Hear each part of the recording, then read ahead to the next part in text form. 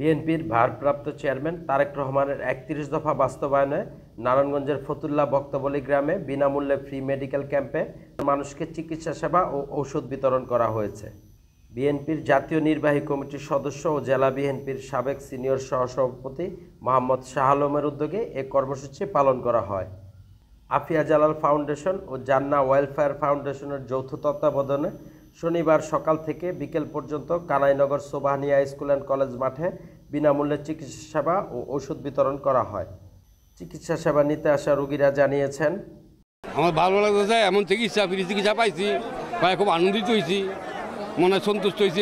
আমরা যে ওষুধ পাইতেছি এমন আমরা সবসময় চাই যে সবসময় আমাদের করে আমাকে অনেক উপকার আছে বহুত। তারপরে আমরা যেতাম না কি টাকা হ্যাঁ দেখতাম একটা ডাক্তার দেয়তাম।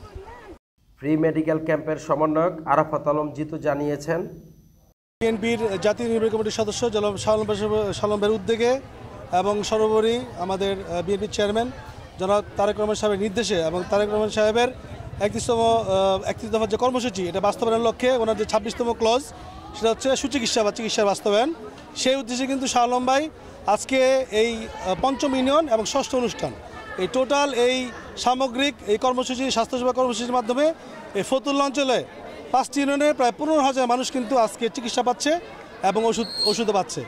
এবং শাহ আলম ভাই কিন্তু এই তার যে সামাজিক কার্যক্রম এটা কিন্তু দীর্ঘদিনের এই ওনার কার্যক্রম ওনারা এবং ওনার পরিবার প্রায় ২০ বছর যাবৎ এই ফতুল্লা অত্র অঞ্চলে আফিয়া জালাল ফাউন্ডেশন এবং জান্না ওয়েলফেয়ার ফাউন্ডেশনের মাধ্যমে এই ধরনের সামাজিক কর্মকাণ্ড পরিচালনা করে আসছেন।